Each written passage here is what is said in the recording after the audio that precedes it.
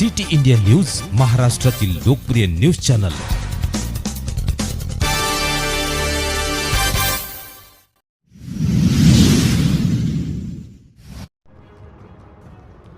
गांधी चौक श्री जैन श्वेतांबर मंदिराचे 1 टन पंचधातूची श्री आदिनाथ भगवंतांच्या मूर्ती रथाचे आगमन।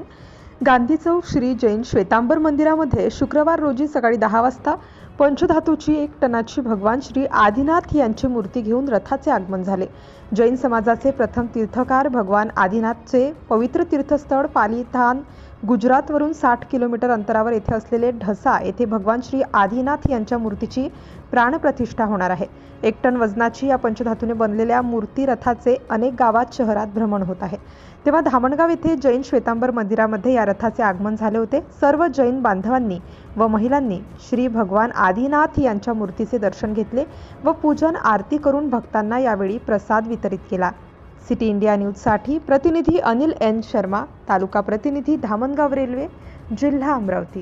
जिनेंद्र, आज भगवान आदिनाथ प्रथम तीर्थंकर भगवान की धातु से बनी 1 टन की मूर्ति आज धामणगांव नगरी में आई है। ये कोल्हापुर से बनी है और हुबली से चलकर पूरा महाराष्ट्र भ्रमण कर कर धामणगांव में पधारी है।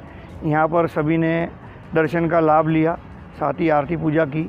अभी ये महाराष्ट्र भ्रमण कर कर आगे होते हुए गुजरात से होते हुए पालीताना में जाएगी और वहाँ पर इसकी प्राण प्रतिष्ठा